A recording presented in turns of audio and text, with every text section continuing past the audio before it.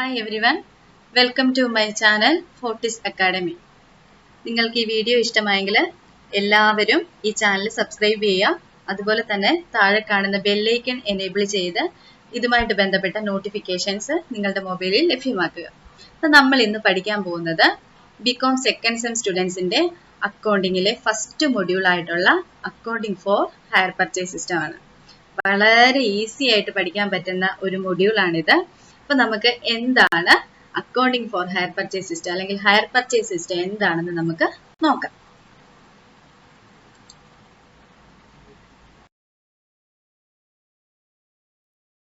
നമ്മൾ ആദ്യമായിട്ട് higher purchase സിസ്റ്റത്തിന്റെ കോൺസെപ്റ്റ് ആണ് മനസ്സിലാക്കാൻ പോകുന്നത്.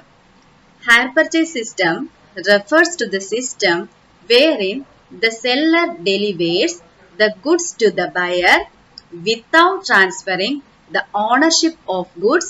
The payment for the goods will be made by the buyer in installments. അതായത് ഒരു എക്സാമ്പിൾ പറയാം. നിങ്ങൾ ഒരു കാർ വാങ്ങിക്കാനായിട്ട് പോകുന്നു. അപ്പം നിങ്ങൾക്ക് ഒരു ഓൾട്ടോ ആണ് മേടിക്കാനായിട്ട് നിങ്ങൾ പോകുന്നത്.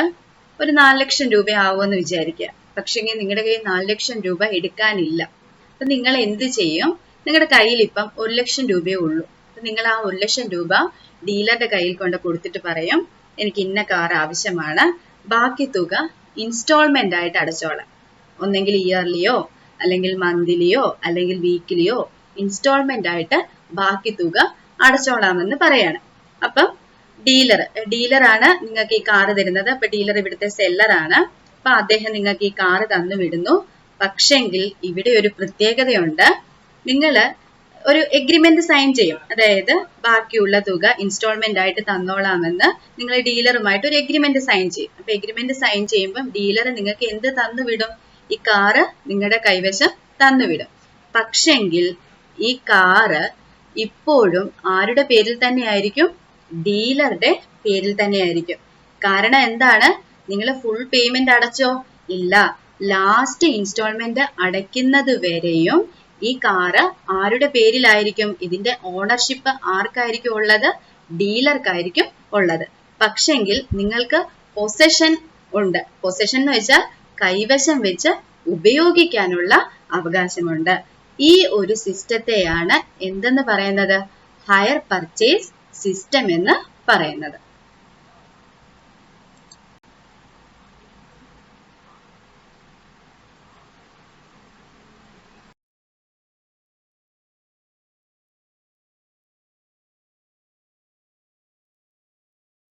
ഒരു ഡെഫിനിഷൻ നോക്കാം.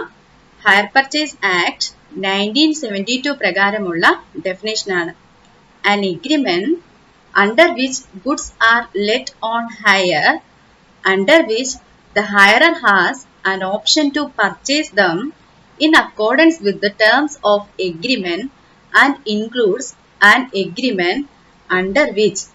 അതായത് ഹയർ പർച്ചേസ് ആക്ട് 1972 പറയുകയാണ്, ഹയർ പർച്ചേസ് സിസ്റ്റം എന്ന് പറഞ്ഞു കഴിഞ്ഞാൽ ഇറ്റ് ഈസ് ആൻ എഗ്രിമെന്റ്. ഇതൊരു എഗ്രിമെന്റ് ആണ്.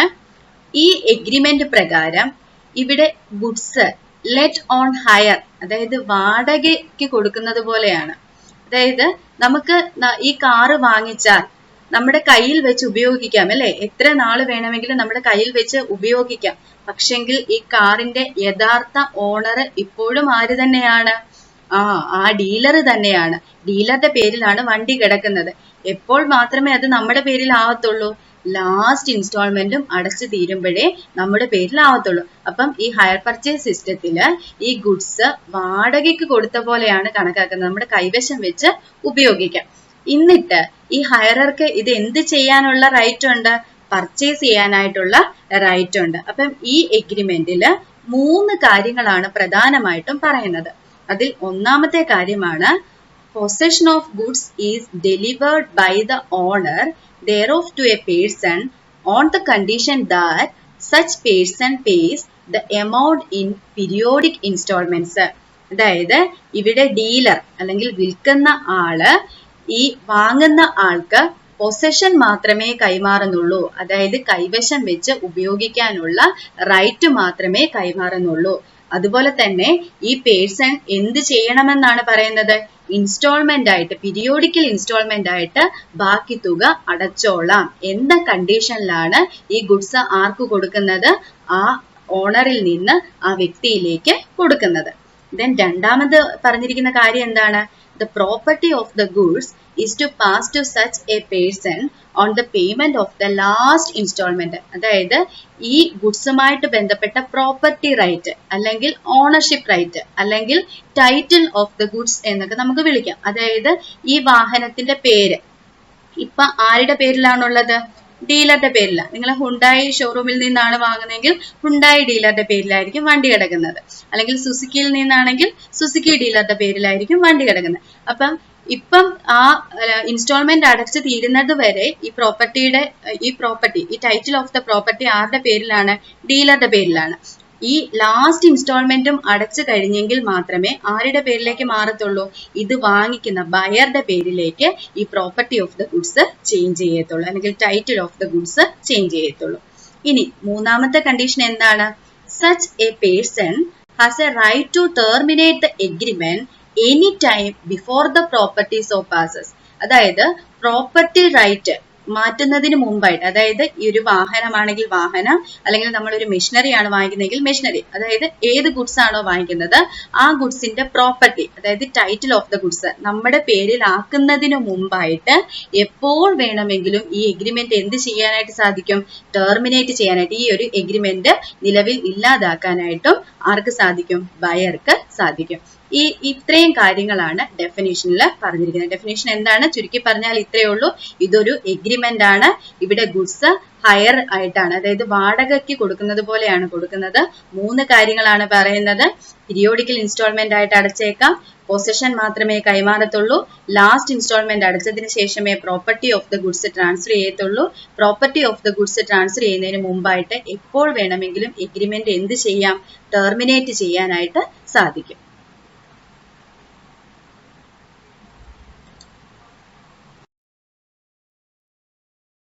ഓക്കെ, ഈ ഒരു കോൺസെപ്റ്റ് നിങ്ങൾക്ക് മനസ്സിലാവാൻ വേണ്ടിയിട്ട് ഞാൻ ഇവിടെ ഒരു ഫിഗർ കാണിച്ചിട്ടുണ്ട്.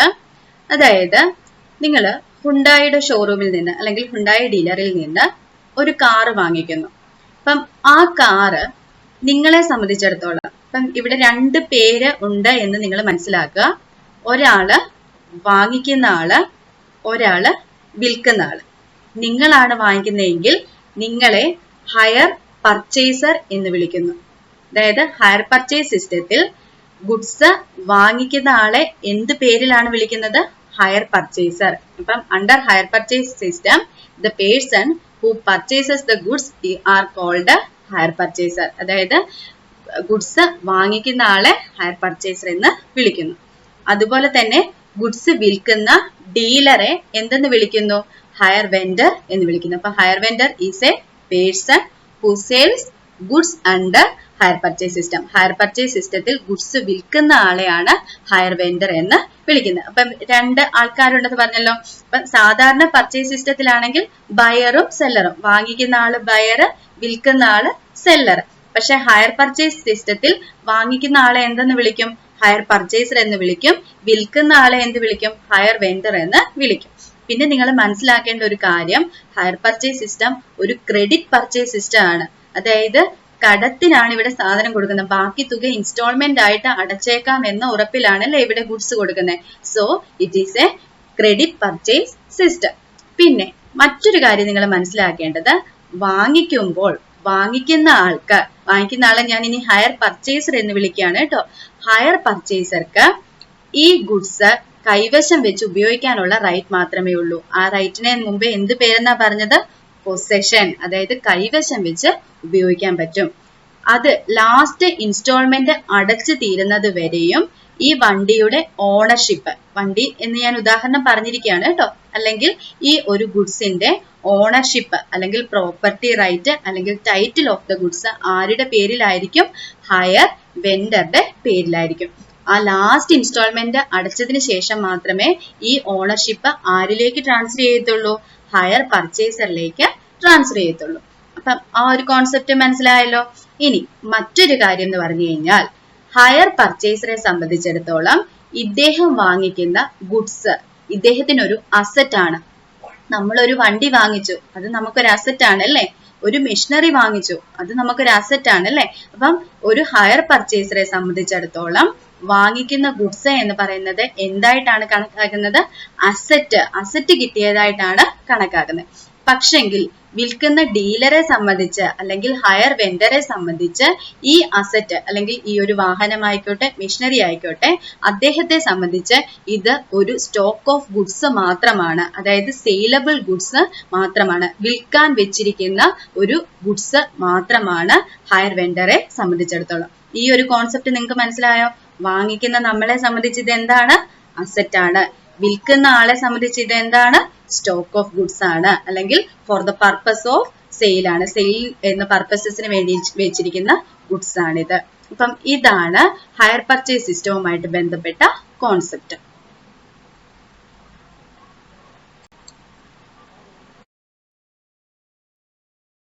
ഇതിന്റെ ഫീച്ചേഴ്സ് നോക്കാം. ഫീച്ചേഴ്സ് നമ്മൾ പല കാര്യങ്ങളും ഇപ്പൊ തന്നെ പറഞ്ഞു പോയല്ലേ. ക്രെഡിറ്റ് പർച്ചേസ് സിസ്റ്റം ആണ്, അതായത് കടത്തിനാണ് ഇവിടെ സാധനം കൊടുക്കുന്നത്. ഇൻസ്റ്റാൾമെന്റ് പേയ്മെന്റ്, ഇവിടെ ഇൻസ്റ്റാൾമെന്റ് ആയിട്ടായിരിക്കും അടയ്ക്കുന്നത്. ഒന്നെങ്കിൽ വീക്കിലി, അല്ലെങ്കിൽ മന്ത്ലി, അല്ലെങ്കിൽ ഇയർലി ആയിട്ടായിരിക്കും അടയ്ക്കുന്നത്. പിന്നെ possession of the at the time of agreement.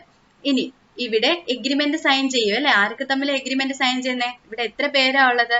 2 പേര്. ഒന്ന് വാങ്ങിക്കുന്ന ആളും ഒന്ന് വിൽക്കുന്ന ആള്. വിൽക്കുന്ന ആള് ഹയർ വെൻഡർ, വാങ്ങിക്കുന്ന ആള് ഹയർ പർച്ചേസർ. അപ്പൊ ഇവര് തമ്മിൽ ഒരു എഗ്രിമെന്റിൽ ഏർപ്പെടും അല്ലെ? ഇത്ര ഇൻസ്റ്റാൾമെന്റ് ആയിട്ട് ഇത് അടച്ചു തീർത്തേക്കാം. പിന്നെ വേറൊരു കാര്യമുണ്ട് കേട്ടോ. നമ്മൾ ഈ എഗ്രിമെന്റ് സൈൻ ചെയ്യുമ്പം ആദ്യം ഒരു ടോക്കൺ അഡ്വാൻസ് കൊടുക്കും അല്ലെ? അപ്പം ആദ്യം കൊടുക്കുന്ന ആ ഇനിഷ്യൽ പേയ്മെന്റിനെ ഡൗൺ പേയ്മെന്റ് എന്നാണ് വിളിക്കുന്നത്. എന്ത് പേരാണ് വിളിക്കുന്നത്? ഇനിഷ്യൽ പേയ്മെന്റിനെ എന്ത് പേരെന്നാ വിളിക്കുക?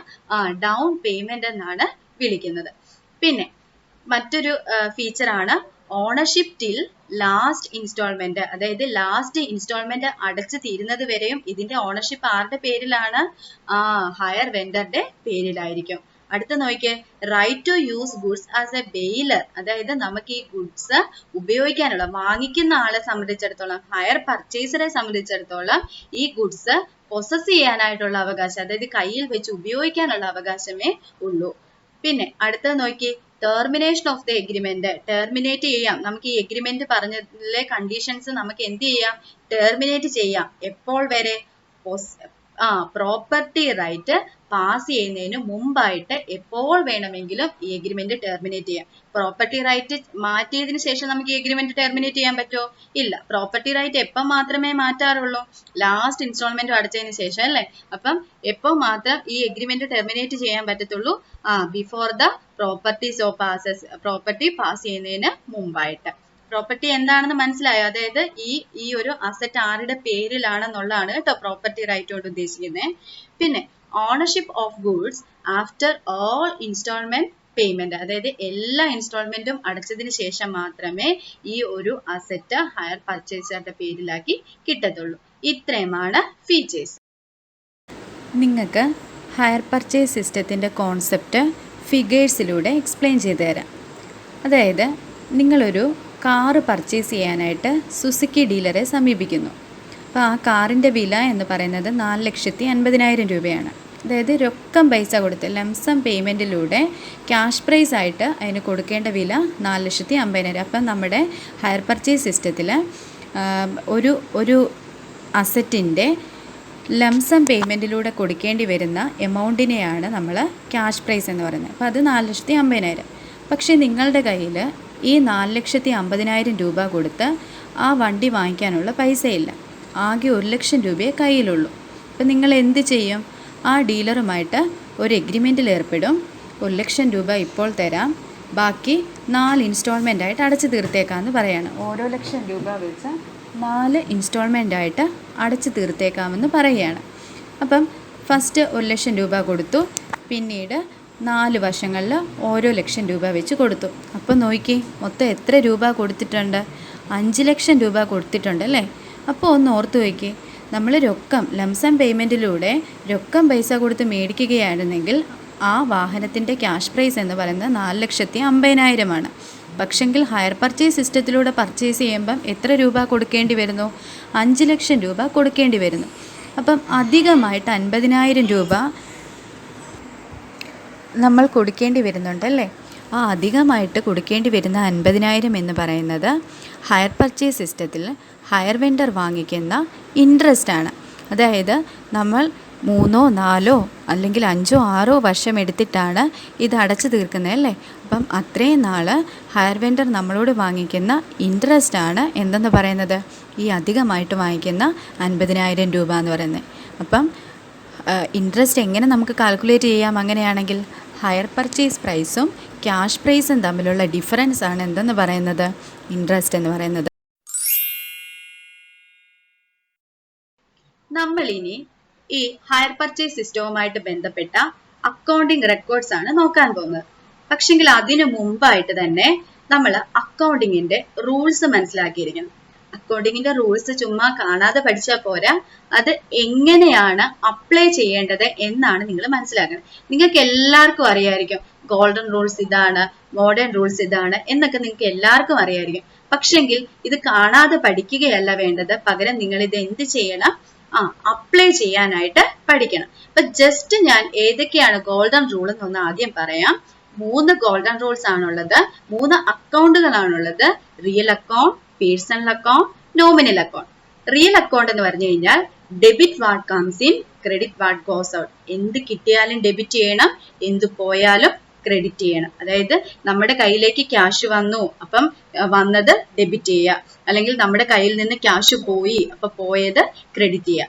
പേഴ്സണൽ അക്കൗണ്ട് എന്ന് പറഞ്ഞാൽ debit the receiver, credit the giver. അതായത് ആരാണോ റിസീവ് ചെയ്ത ആള്, നമ്മള് രവി എന്ന് പറയുന്ന ആൾക്ക് ക്യാഷ് കൊടുത്തു, അപ്പൊ ഇവിടെ ക്യാഷ് റിസീവ് ചെയ്ത ആൾ ആരാണ്? രവി. അപ്പൊ രവി എന്ന് പറയുന്ന ആളെ വേണം ഡെബിറ്റ് ചെയ്യാനായിട്ട്. ഇനി ആരാണോ ഗീവർ, ആരാണോ കൊടുക്കുന്ന ആള്, അദ്ദേഹത്തെ എന്ത് ചെയ്യുക?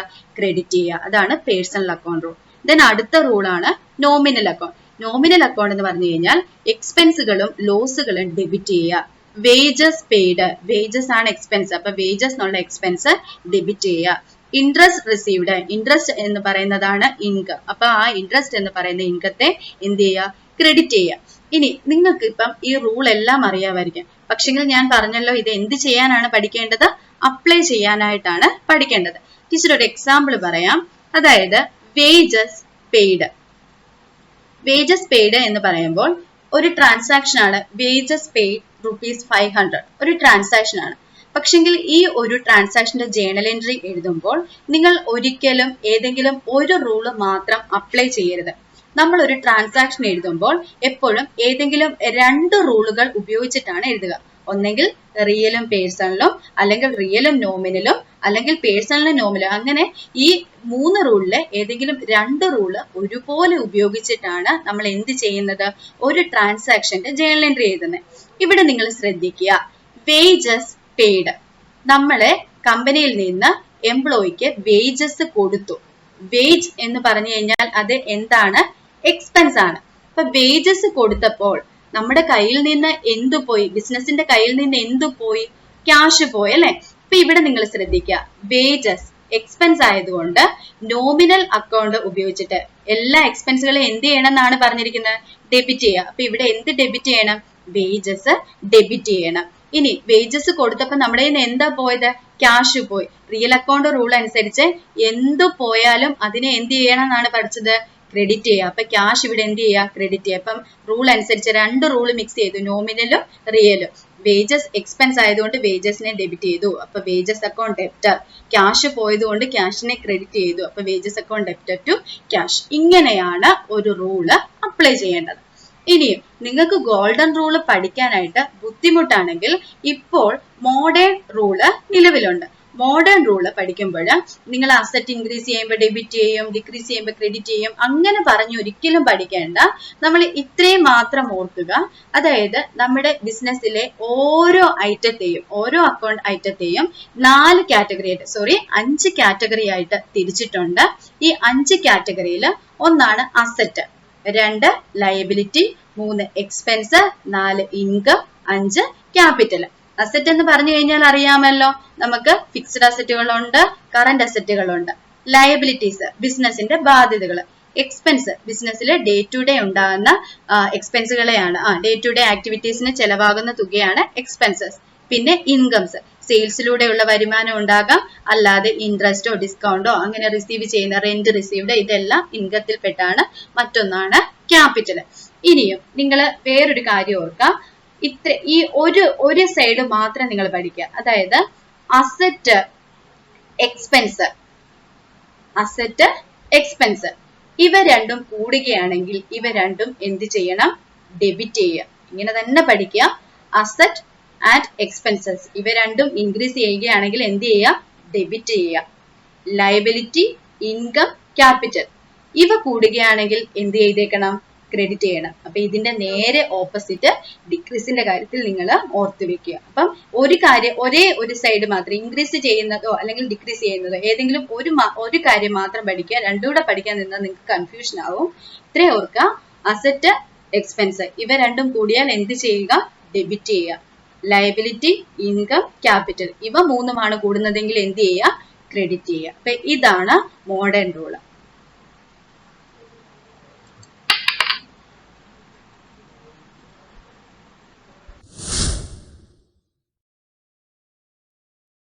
നമുക്ക് ഹയർ പർച്ചേസ് സിസ്റ്റവുമായിട്ട് ബന്ധപ്പെട്ട അക്കൗണ്ടിങ് റെക്കോർഡ്സ് നോക്കാം. അപ്പം അക്കൗണ്ടിങ് റെക്കോർഡ്സിലേക്ക് പോകുന്നതിന് മുമ്പായിട്ട് ഇവിടെ എത്ര പേരുണ്ട്? 2 പേരല്ലേ? ഒന്നാരാണ്? വിൽക്കുന്ന ആള്, ഹയർ വെൻഡർ. മറ്റൊന്നാരാണ്? ഹയർ പർച്ചേസർ, വാങ്ങിക്കുന്ന ആളല്ലേ? അപ്പം ഹയർ പർച്ചേസറും എന്ത് ചെയ്യണം? അദ്ദേഹം എത്ര രൂപ കൊടുത്തിട്ടുണ്ട്, ഇനി എത്ര ബാക്കിയുണ്ട് എന്ന് കാണിക്കുന്ന അക്കൗണ്ടിങ് ബുക്സ് അല്ലെങ്കിൽ ബുക്സ് ഓഫ് റെക്കോർഡ്സ് അദ്ദേഹവും എന്ത് ചെയ്യണം? പ്രിപ്പയർ ചെയ്യണം.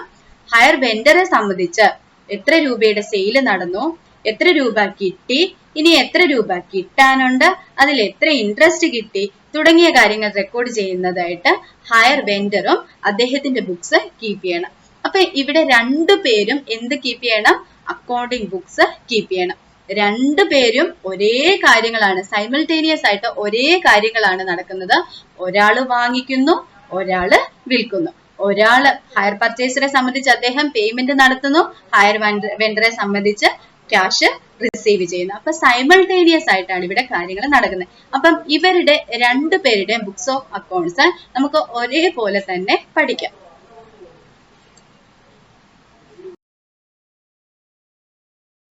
ആയിട്ട് തന്നെ പഠിക്കാൻ പറ്റും.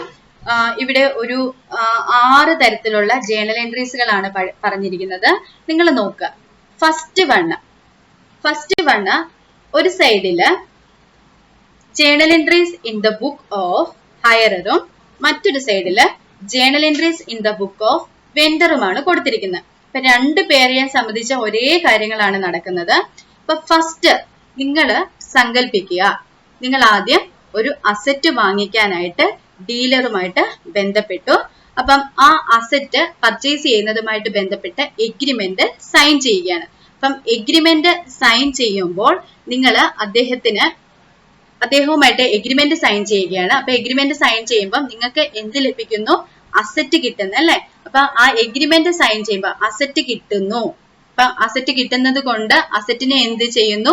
ഡെബിറ്റ് ചെയ്യുന്നു. അസറ്റ് കിട്ടുമ്പോൾ നിങ്ങളുടെ കയ്യിൽ നിന്ന് ആദ്യം ഡൗൺ പേയ്മെന്റ് പോകുമല്ലോ. അപ്പൊ ആ ഡൗൺ പേയ്മെന്റ് പോകുന്നത് കൊണ്ട് എന്ത് പോയതായിട്ട് കാണിക്കുക? ക്യാഷ് പോയതായിട്ട് കാണിക്കുക. അതുകൊണ്ടാണ് ഫസ്റ്റ് ജേണൽ എൻട്രി എങ്ങനെ വന്നിരിക്കുന്നത്? Asset account debtor to cash or bind എന്ന് പറഞ്ഞുകൊണ്ട് വന്നിരിക്കുന്നത്. നേരെ മറിച്ച് ഹയർ വെൻഡറെ സംബന്ധിച്ച് ഹയർ വെൻഡറുടെ ബുക്ക് ഒന്ന് നോക്കിക്കാട്ടെ. ഹയർ വെൻഡറെ സംബന്ധിച്ച് ഇദ്ദേഹത്തിന് എന്താണ് നടന്നത്? സെയിൽസ് നടക്കുകയാണെങ്കിലേ. അപ്പൊ സെയിൽസ് നടന്നെങ്കിലും ഇദ്ദേഹത്തിന് ക്യാഷ് കിട്ടുന്നുണ്ടോ? ഇല്ല. ഹയർ പർച്ചേസർ എന്ന് പറയുന്ന ഒരു ഡെപ്റ്ററെ മാത്രമേ കിട്ടുന്നുള്ളൂ അല്ലെ? അപ്പം ഇവിടെ എന്ത് എഴുതുക? നമുക്ക് ക്യാഷ് കിട്ടുന്നില്ല, അപ്പൊ ഹയർ പർച്ചേസറെ കിട്ടുന്നുള്ളൂ. ഇവിടെ റിസീവ് ചെയ്ത ആള് ഹയർ പർച്ചേസർ ആണ്. സോ ഹയർ പർച്ചേസറെ എന്ത് ചെയ്യുക? ഡെബിറ്റ് ചെയ്യുക, റിസീവറെ ഡെബിറ്റ് ചെയ്യുക. അപ്പൊ hire purchaser account debtor to sales, hire sales എന്ന് പറയുന്നത് ഇൻകം ആണ്. ഇദ്ദേഹത്തെ ഹയർ വെൻഡറെ സംബന്ധിച്ച് ഇവിടെ ഒരു സെയിൽ നടന്നപ്പോ ഇൻകം അല്ലേ? അപ്പൊ ഹയർ സെയിൽസ് എന്ത് ചെയ്യുക? ക്രെഡിറ്റ് ചെയ്യുക. ഇൻകംസ് എല്ലാം ക്രെഡിറ്റ് ചെയ്യുക. അപ്പൊ അതുകൊണ്ടാണ് hire purchaser account debtor to hire sales. അപ്പൊ ഇതാണ് ഒന്നാമത് നടന്ന കാര്യം. ഇനി ഇപ്പൊ എഗ്രിമെന്റ് സൈൻ ചെയ്തു. എഗ്രിമെന്റ് സൈൻ ചെയ്യുന്ന ഉടനെ നമ്മൾ എന്ത് കൊടുക്കണം? ഡൗൺ പേയ്മെന്റ് കൊടുക്കണം അല്ലെ? അപ്പൊ ഹയർ പർച്ചേസറെ സംബന്ധിച്ച് ഡൗൺ പേയ്മെന്റ് കൊടുക്കുന്നു. ഹയർ വെൻഡറെ സംബന്ധിച്ച് ഡൗൺ പേയ്മെന്റ് റിസീവ് ചെയ്യുന്നു. അപ്പം നമുക്ക് ആദ്യം ഹയർ പർച്ചേസറുടെ കാര്യം നോക്കാം. അപ്പൊ ഹയർ വെൻഡർക്ക് എന്ത് കൊടുക്കുക? ക്യാഷ് കൊടുക്കുക. അപ്പൊ ഇവിടെ ക്യാഷ് റിസീവ് ചെയ്ത ആളാരാണ്? Hire vendor. അതുകൊണ്ട് ഹയർ വെൻഡറെ എന്ത് ചെയ്യുന്നു? ഡെബിറ്റ് ചെയ്യുന്നു. അപ്പം ഹയറുടെ ബുക്കിൽ നോക്കിക്കേ, hire vendor account debtor. Hire വെൻഡർക്ക് ഡൗൺ പേയ്മെന്റ് കൊടുക്കുമ്പോൾ നമ്മുടെ എന്ത് പോയി? ക്യാഷ് പോയി. അപ്പം hire vendor account debtor to cash എന്ന് പറഞ്ഞുകൊണ്ട് ഹയറുടെ ബുക്കിൽ വരും. ഇനി ഹയർ വെൻഡറുടെ ബുക്കിൽ നോക്കിയേ, അദ്ദേഹത്തെ സംബന്ധിച്ചിടത്തോളം ക്യാഷ് കിട്ടി അല്ലെ? അപ്പൊ എന്ത് കിട്ടിയാലും ഡെബിറ്റ് ചെയ്യണം. ആരിൽ നിന്നാ കിട്ടിയേ? Hire purchase. അപ്പൊ ഗീവറെ എന്ത് ചെയ്യുക? ക്രെഡിറ്റ് ചെയ്യുക. അപ്പൊ cash account debtor to hire purchaser. ഇതാണ് രണ്ടാമത്. ആദ്യം എഗ്രിമെന്റ് സൈൻ ചെയ്യുന്നത്, രണ്ടാമത് ഡൗൺ പേയ്മെന്റ് നടത്തുന്നത്, വെൻഡറെ സംബന്ധിച്ച് റിസീവ് ചെയ്യുന്നു. ഇനി മൂന്നാമത്തെ കാര്യം എന്ന് പറയുന്നത്, നമ്മളിപ്പം ജനുവരിയിലാണ് പർച്ചേസ് ചെയ്തെങ്കിൽ, ജനുവരി 1-ാം തീയതിയിലാണ് പർച്ചേസ് ചെയ്തെങ്കിൽ 1-ാം തീയതി നമ്മൾ ഡൗൺ പേയ്മെന്റ് കൊടുക്കുന്നു. ആ വർഷം ഡിസംബറിലാണ്, അതായത് ഇയർലി ആണ് ഇൻസ്റ്റാൾമെന്റ് അടയ്ക്കുന്നതെങ്കിൽ ആ വർഷം ഡിസംബറിലായിരിക്കും ഫസ്റ്റ് ഇൻസ്റ്റാൾമെന്റ് അടയ്ക്കേണ്ടതായിട്ട് വരുന്നത്. അപ്പൊ ആ ഫസ്റ്റ് ഇൻസ്റ്റാൾമെന്റ് അടയ്ക്കാറാകുമ്പോഴത്തേനും നമ്മുടെ മൊബൈലിൽ ഒരു മെസ്സേജ് വന്നു, ഇൻസ്റ്റാൾമെന്റ് ഡ്യൂ ആയി, അതായത് അടയ്ക്കേണ്ട ദിവസം വന്നു. അടച്ചോ? ഇല്ല, അടയ്ക്കേണ്ട ദിവസം വന്നു എന്ന് പറഞ്ഞുകൊണ്ട് മെസ്സേജ് വരുന്നു. അപ്പൊ അടയ്ക്കേണ്ടതുണ്ട് എന്ന് കാണിക്കുന്ന ജേണൽ എൻട്രി ആണ് അടുത്തതായിട്ട്. അപ്പം ഈ അടയ്ക്കേണ്ടതുണ്ട് എന്ന് കാണിക്കുമ്പോൾ നമ്മൾ ഇവിടെ എന്താണ് കൊടുക്കുന്നത്? ഇൻട്രസ്റ്റ് ആണ് ഹയർ വെൻഡർക്ക് കൊടുക്കുന്നത്. അപ്പം ഇൻട്രസ്റ്റ് എന്ന് പറയുന്നത് ഹയററെ സംബന്ധിച്ച്, ഹയർ പർച്ചേസറെ സംബന്ധിച്ച് ഒരു എക്സ്പെൻസ് ആണ്. അതുകൊണ്ടാണ് ഇൻട്രസ്റ്റ് എന്ത് ചെയ്തിരിക്കുന്നത്? ഡെബിറ്റ് ചെയ്തിരിക്കുന്നത്. ഇൻസ്റ്റാൾമെന്റ് ഡ്യൂ ആകുമ്പോൾ കാണിക്കുന്ന ജേണൽ എൻട്രി ഇതാണ്, interest account debtor to hire vendor. Interest ഹയററെ സംബന്ധിച്ച് എക്സ്പെൻസ് ആയതുകൊണ്ട് ഇൻട്രസ്റ്റ് ഡെബിറ്റ് ചെയ്യുന്നു. ഇത് ആരാണ് റിസീവ് ചെയ്യുന്ന ആള്? ഹയർ വെൻഡർ ആണ്. അപ്പൊ റിസീവറെ എന്ത് ചെയ്തു? ക്രെഡിറ്റ് ചെയ്തു. ഇനി ഈ ഇൻസ്റ്റാൾമെന്റ് ഡ്യൂ ആകുന്നത് ഹയർ വെൻഡറുടെ ബുക്കിൽ എഴുതുമ്പോൾ എങ്ങനെയാണ് എഴുതേണ്ടത്? ഇൻട്രസ്റ്റ് എന്ന് പറയുന്ന ഒരു ഇൻകം കിട്ടേണ്ടതായിട്ടുണ്ട് എന്ന് കാണിക്കും അല്ലെ? ആരിൽ നിന്ന്? ഹയർ പർച്ചേസറിൽ നിന്ന്. അപ്പൊ ഹയർ പർച്ചേസർ ഗീവർ ആയതുകൊണ്ട് ഹയർ പർച്ചേസറെ ഡെബിറ്റ് ചെയ്തു. ഇൻട്രസ്റ്റ് ഇൻകം ആയതുകൊണ്ട് ഇൻട്രസ്റ്റിനെ എന്ത് ചെയ്തു? ക്രെഡിറ്റ് ചെയ്തു. ഇനി അപ്പൊ നമ്മുടെ ഫോണിൽ മെസ്സേജ് വന്നു, നമ്മൾ അപ്പൊ കൊണ്ട് എന്തടയ്ക്കുന്നു? പേയ്മെന്റ് അടയ്ക്കുന്നു. അപ്പൊ പേയ്മെന്റ് അടയ്ക്കുമ്പോൾ ആർക്ക് പേയ്മെന്റ് കൊടുക്കുന്നു? ഹയർ വെൻഡർ ആണല്ലേ റിസീവർ. അപ്പൊ hire vendor account debtor to cash, നമ്മുടെ കയ്യിൽ നിന്ന് ക്യാഷ് പോയി.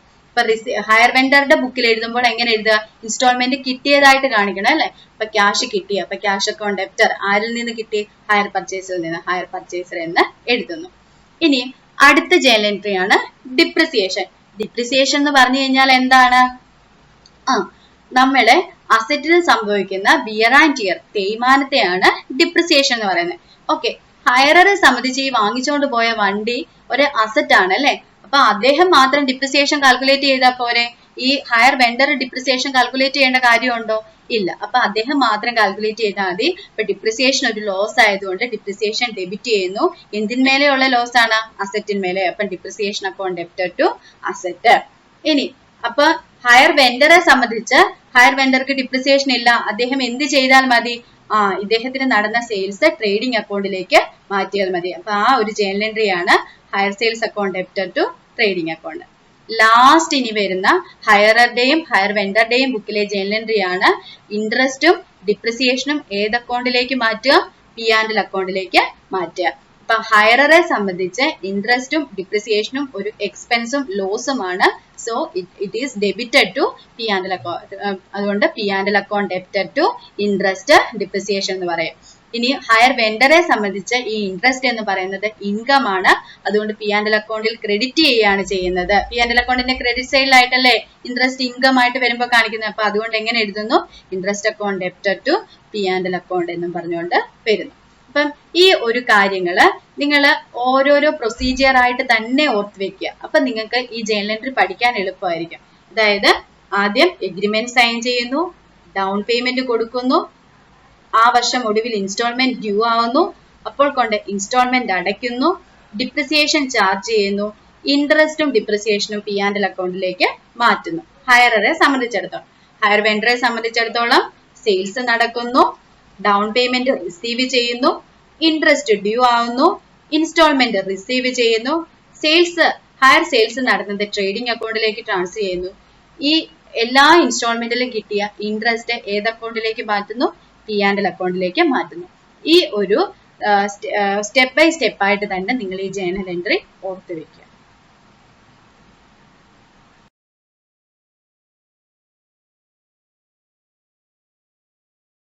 Thank you for all. നിങ്ങൾക്ക് ഈ ക്ലാസ് മനസ്സിലായെന്ന് പ്രതീക്ഷിക്കുന്നു. ഈ വീഡിയോ ഇഷ്ടമായെങ്കിൽ എല്ലാവരും ഈ ചാനൽ സബ്സ്ക്രൈബ് ചെയ്യുക.